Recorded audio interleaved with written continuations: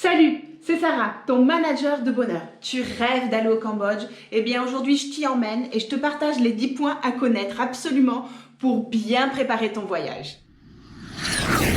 Je suis vraiment contente de partager avec toi les points qui m'ont marqué lors de notre voyage dans cette partie du monde zen, malgré les traces de la guerre khmer encore bien présentes. Alors bienvenue à toi qui rêve de voyager, bienvenue à toi qui aime voyager. Ici je te parle de ma passion, le voyage simplement. Au Cambodge, nous avons découvert un peuple encore meurtri par les guerres et malgré tout très accueillant et surprenant de tranquillité. Au-delà de cette richesse humaine et culturelle, il y a celle de son patrimoine avec les temples d'Angkor, sa religion, sa faune, sa flore exotique, un pays déroutant, dépaysant qui donnerait presque envie d'y rester et de s'installer pour participer à sa reconstruction. Malgré tout, avant de t'y rendre, il y a quelques points qu'il faut que tu saches parce qu'au Cambodge, tu peux pas monter dans un tuk-tuk sans avoir de sueur froide. C'est un moyen de transport fort sympathique mais qui peut s'avérer très pittoresque.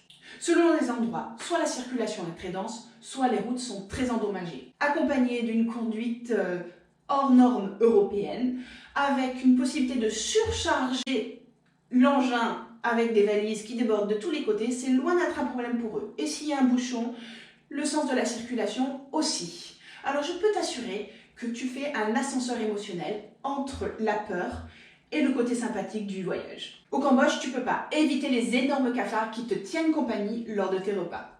Voilà un insecte bien apprécié par les Cambodgiens, comme un animal de compagnie qui pourrait finir grillé dans leur assiette. Alors c'est loin d'être un problème pour eux d'en avoir à côté d'eux quand ils mangent. C'est un peu déroutant pour nous, j'avoue, mais inoffensif. Au Cambodge, tu peux pas manquer de te faire masser dans la rue. Comment passer à côté d'un de ces moments de détente? Aucune excuse, tu les trouves à tous les coins de rue, dans tous les hôtels, sur les plages, de partout. Ne serait-ce que pour te faire masser les pieds et profiter de ces massages dynamiques et relaxants. Sacrilège de louper ça. Au Cambodge, tu peux pas éviter la négociation lors d'un de tes achats. Négocier tes tarifs lorsque tu fais tes emplettes est presque une obligation. Sinon, tu passes limite pour un touriste.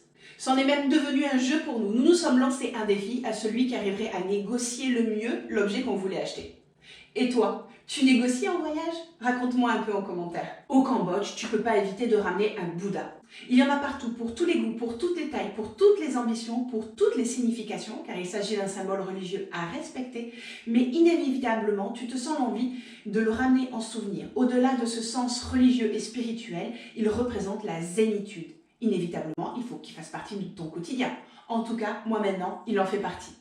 Au Cambodge, tu ne peux pas manquer de visiter les temples d'Angkor. Certes, un temple reste un temple. Une fois que tu en as visité un, tu sais à quoi t'attendre dans le suivant. Et il y en a un grand nombre à visiter.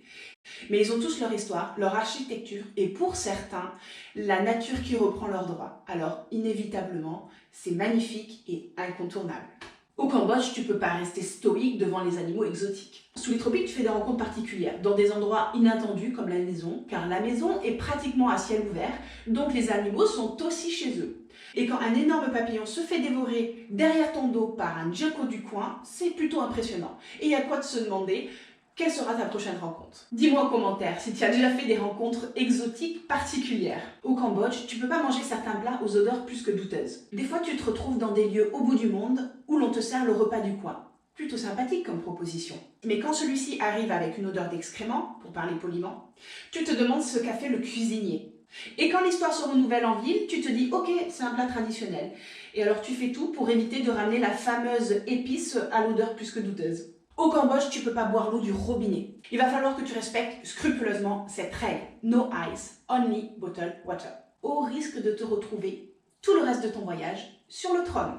Ce serait ballot. Alors vraiment, il faut y prêter attention au risque de refuser l'eau qu'on t'offre lorsque tu rentres dans un restaurant, malheureusement. Bois uniquement l'eau de bouteille cachetée ou ouverte devant toi. Oublie les glaçons dans tes boissons. Bien sûr, pour un voyage entièrement zen, fais attention à tes consommations. Au Cambodge, tu ne peux pas voir l'état des cuisines. Si tu as l'occasion de voir l'arrière des restaurants et leurs pratiques, c'est le Cambodge, c'est rudimentaire et à des millénaires de notre fonctionnement européen.